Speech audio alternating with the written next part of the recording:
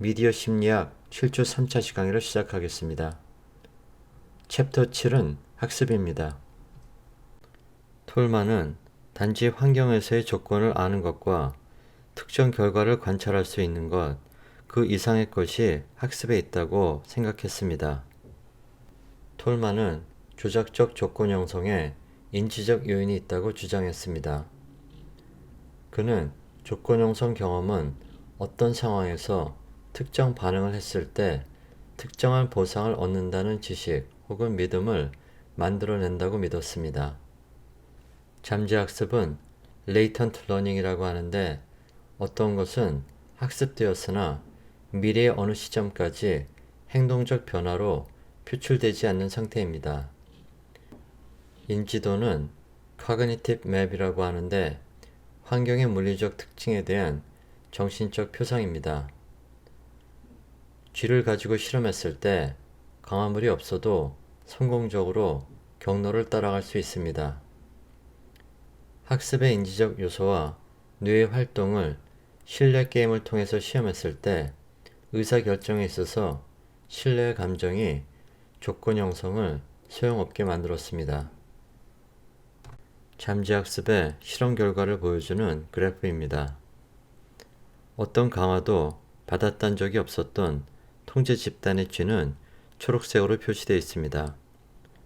이들은 17일에 걸쳐 미로를 통과하는 길을 찾는데 향상을 보였으나 대단하지는 않았습니다. 정기적으로 강화를 받은 쥐들은 파란색으로 표시되어 있는데 꽤 분명한 학습을 보였습니다. 그들의 오류율은 시간이 지나면서 꾸준히 감소하였습니다. 잠재학습 집단의 쥐들은 오렌색으로 표시되어 있습니다. 첫 10일 동안은 통제 집단 쥐들과 정확하게 똑같이 취급되었으며 그 다음 마지막 7일 동안은 정기적으로 보상을 받았습니다. 10일째 날 그들이 보인 극적 향상은 이 쥐들이 강화를 받은 적이 없음에도 불구하고 그 미로와 목표 상자의 위치에 대해서 상당히 학습하였음을 보여줍니다. 조작적 조건 형성에는 신경적 요소도 관여합니다. 올즈와 그의 동료들은 쥐 내에서 여러 부위에 작은 전극을 삽입하고서 쥐가 막대를 눌러서 자기 자신의 뇌에 대한 전기 자극을 제어할 수 있게 했습니다. 그들이 발견한 것은 어떤 뇌 영역에 대해서는 쥐들이 극도로 포지티브한 경험을 보인다는 것이었습니다. 쥐들은 반복적으로 막대를 눌러서 이 부분을 자극하려고 했으며 심지어 음식이나 물 같은 생명 유지에 필수한 것조차도 몇 시간 동안 무시했습니다. 올즈와 동료들은 뇌의 이 부위를 쾌락 중추라고 불렀습니다. 그림에 있는 모든 부분이 쾌락 중추에 해당되는데 특히 뉴클리어스 어컴벤스라고 하는 측핵 부분이 중심적인 역할을 하는 것으로 보입니다. 다음은 조작적 조건 형성의 진화적 요인입니다.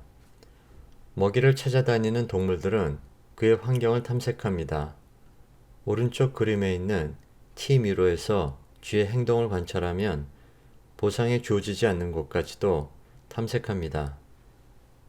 인간을 포함해서 각각의 종은 진화적 역사와 일관되는 방식으로 특정한 것을 더 잘 학습하는 생물학적 성향을 타고납니다.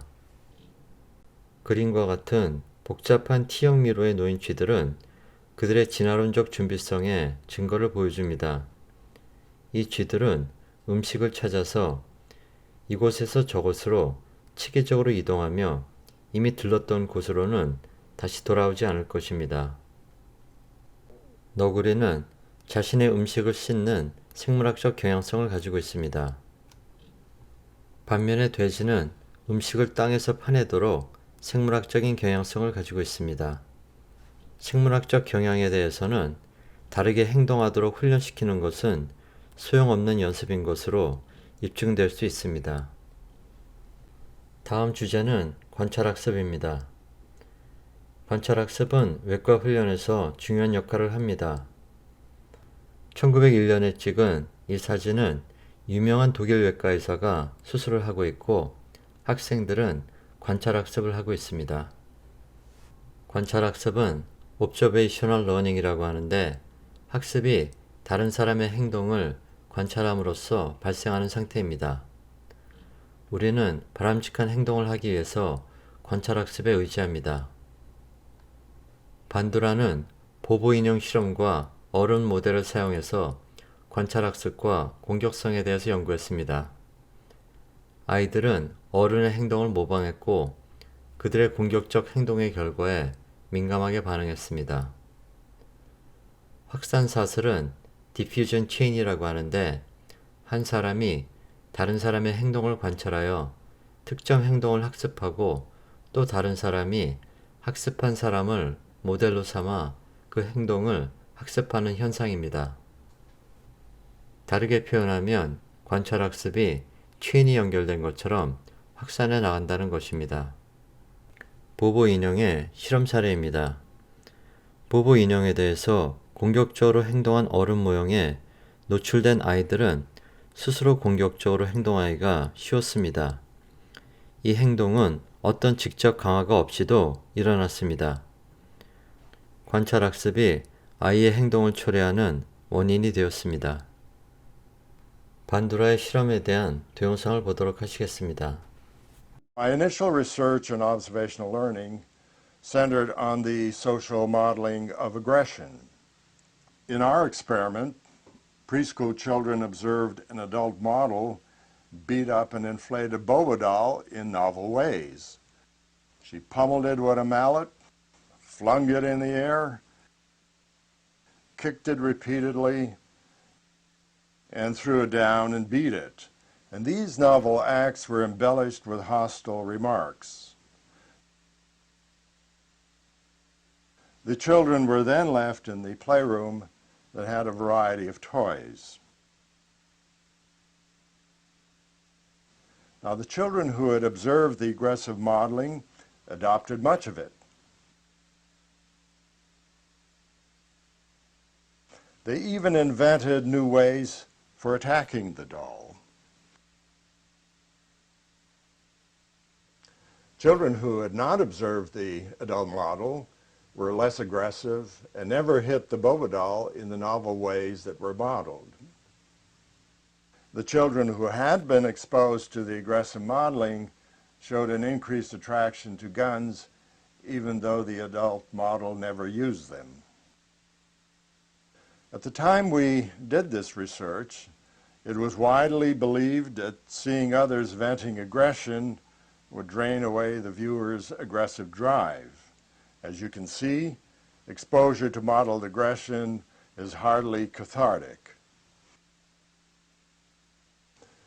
Televised violence has four major effects.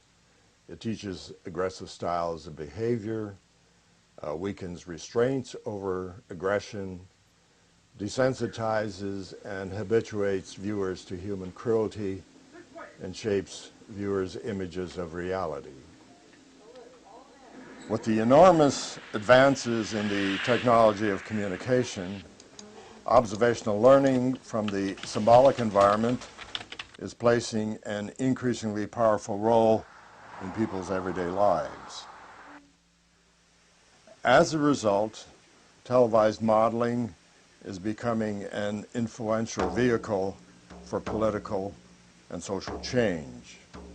We now have global broadcasts of societal conflicts as they are happening. 관찰학습은 일상생활의 여러 영역에서 중요합니다. 스포츠는 좋은 예가 되는데 코치들은 선수들에게 결정적 테크닉과 기술을 시범할 때 관찰학습에 의존합니다. 운동선수들 또한 다른 운동선수들이 수행하는 것을 관찰하는 수많은 기회들을 갖습니다. 인간이 관찰을 통해 학습할 수 있는 것처럼 동물도 관찰학습을 할 수 있습니다. 비둘기는 관찰학습을 사용해서 부리로 쪼아먹는 행동으로부터 강화물을 유도해냅니다.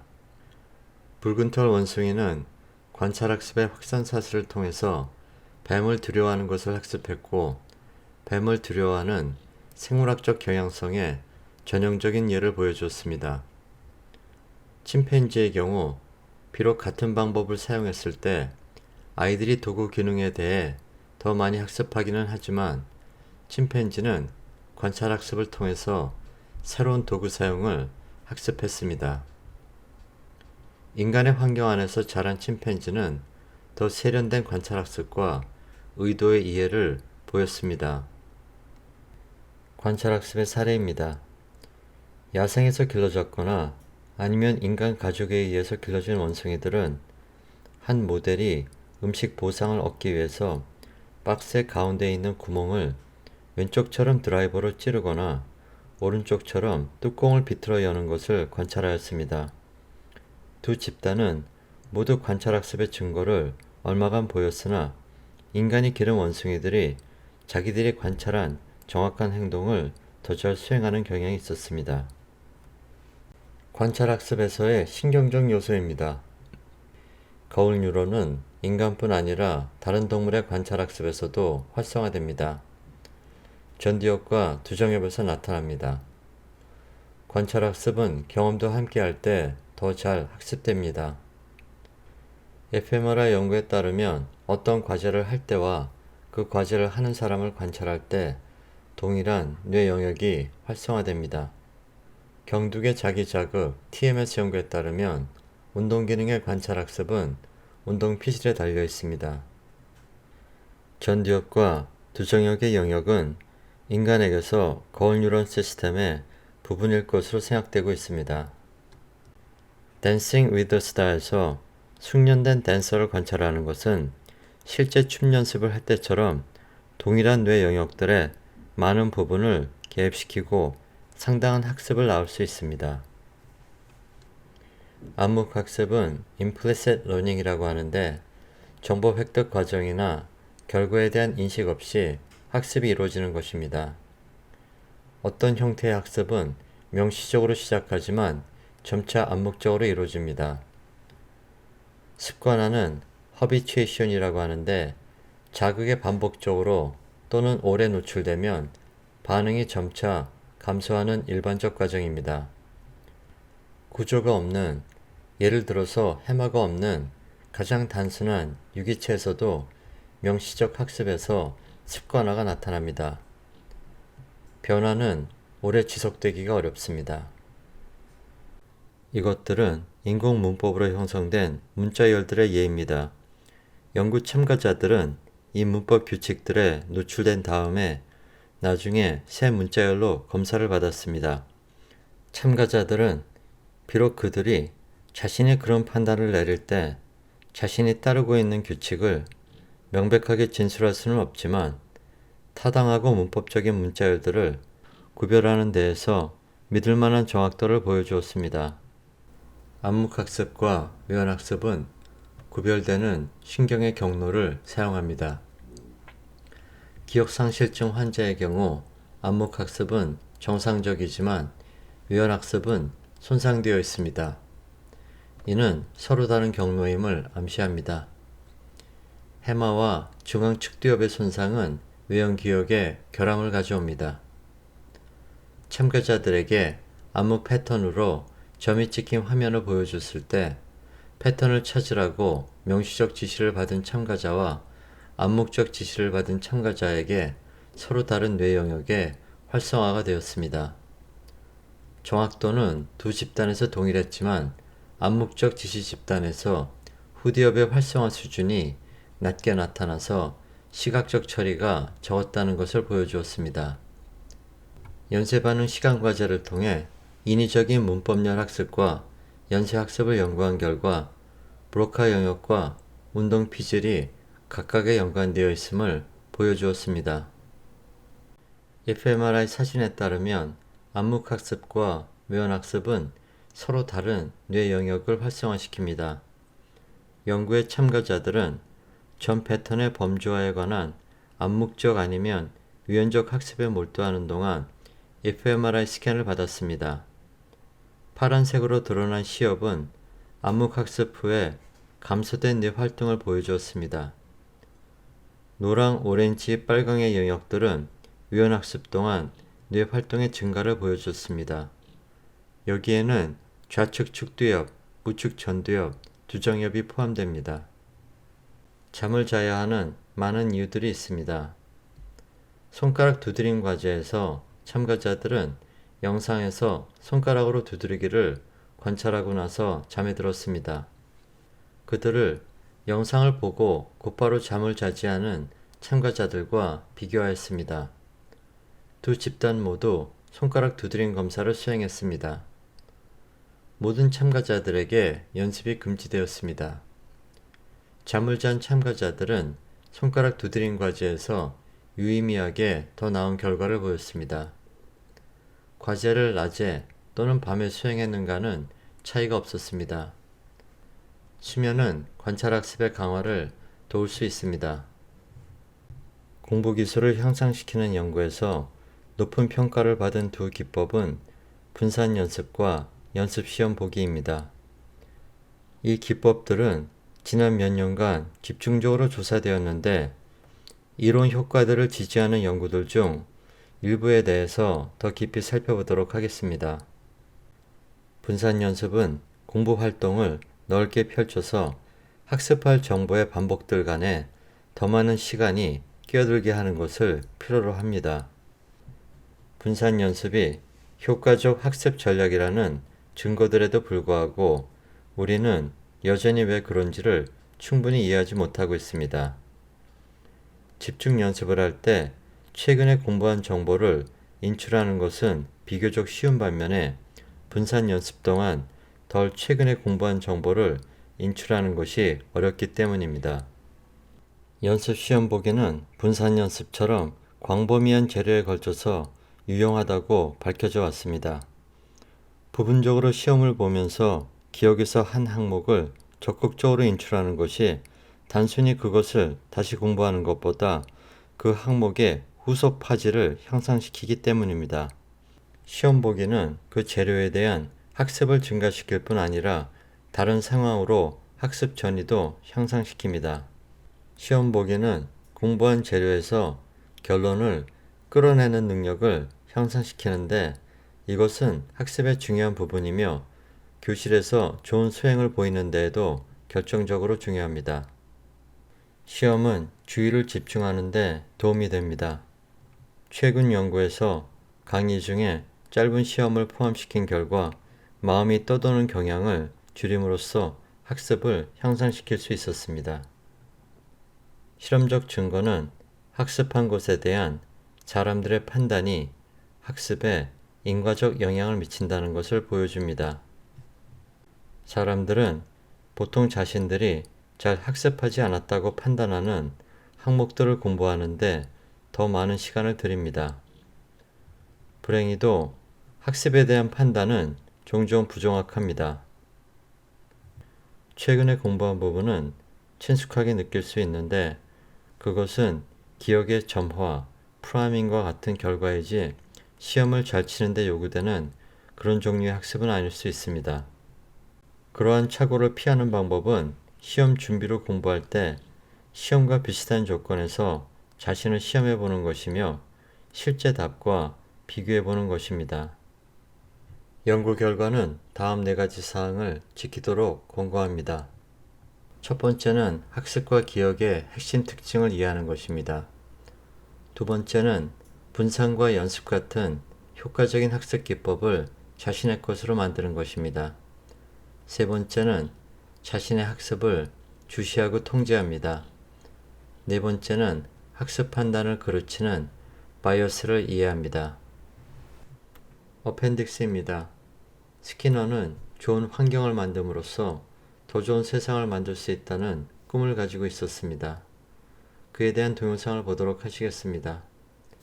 지금까지 시청하신 것으로 이번 차수의 수업이 인정됩니다. I think today we have reached the point where not only can we dream about a better way of life, but we can make specific proposals. And that's where my own work comes in. I've been for 35 years concerned with behavior.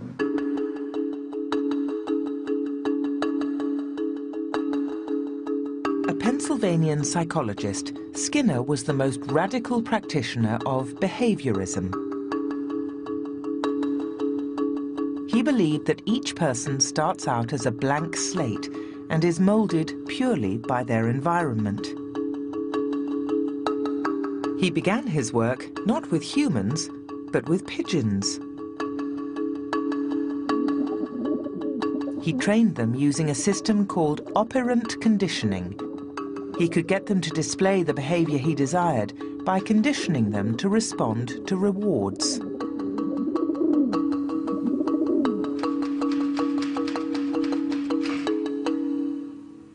They would peck on the little button, and if they pecked the right number of times, they would get a reward, i.e. some seed. And so they soon learnt that they must peck 6 times and very fast, and they get the seed. And then they would do that again and again. And he could train them to do all sorts of things. I mean, he trained pigeons to play ping pong.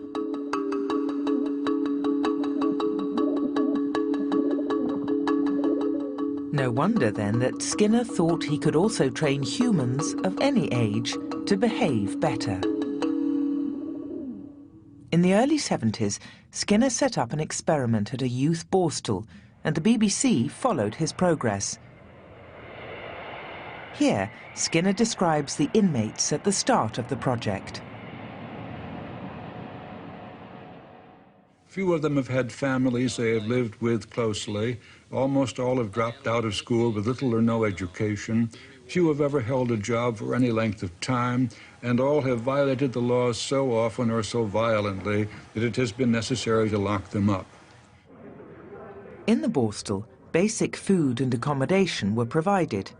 Skinner's masterstroke was to introduce a reward system. If the youngsters behaved well and attended lessons, they could earn points and improve their living conditions. Your room was dirty a couple of days. Dirty? Then you went out of the cottage and properly dressed. I would like to. Hey, see if you can't do it better next week. All right? Yes, but I really tried, sir. Okay, try a little harder. All right, so. Points could be exchanged for more delicious food at meal times, admission to game rooms, the rental of a private room or television set, or even a short vacation away from the school. The results were dramatic. Boys who had been convinced by the school system that they were unteachable discovered that they were not. They learned reading, writing, and arithmetic and acquired manual skills. They did so without compulsion, and the hostile behavior characteristic of such institutions quickly disappeared.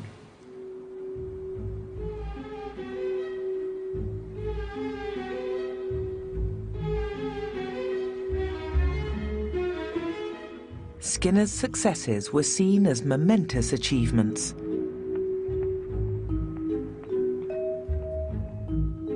And his work lives on in every child's star chart and employee reward scheme around the world. Skinner believed he had found a catch-all explanation for every facet of human behavior. But when he turned his attention to language, he was to come very publicly unstuck. What's that there? What's that? At this time, many scientists were asking where our remarkable ability for learning speech comes from. That's a kangaroo. Skinner's answer was relatively straightforward. He said, language is acquired by a system of operant conditioning. That is to say, children come into the world, they cannot speak, they have no language, and they acquire it by imitation from their parents, and that is reinforced by a system of rewards and punishments, the kind of rewards that operate in daily life, and which parents give them without even knowing that they do so. This idea, and it's a persuasive idea, was challenged. Linguists of the day thought this was too simplistic and that more subtle forces were at work. In the early 70s, the BBC's Horizon programme decided to settle the debate. First, the old lady will talk. Skinner was asked to sit in on a language experiment designed to show that copying and rewards are not enough to make young children absorb complex grammar. then the Here, monkey an older child is tested to see if she can copy what she has heard. follows. So the dragon goes first. Lucy knows Linus, doesn't she? She knows Linus, doesn't she? But in another test, a younger child can't do it. You say whatever I say. Lucy is on the box. Lucy is on the box. Lucy's being on the box pleases me. Lucy's on the box pleases me. That Linus is lying down pleases me. That That Linus is lying down pleases me. if I'm getting everything mixed up. Okay. Very good, Dragon. The little boy can fly an airplane. It appeared that small children could not copy everything they had heard, no matter how rewarding the experience. And now the old lady says, I am willing to admit that I cannot account for all the verbal behavior of a child, but I don't feel it's accounted for either by inventing some fictional explanation. I'm not suggesting that you do. I don't think you do, but I think the best thing is simply to say that there are still areas in which we're quite ignorant. Noel is 18 months. He's just beginning to grasp the underlying stuff. What Skinner seemed to have missed was that humans are not simply blank slates. which is the girl?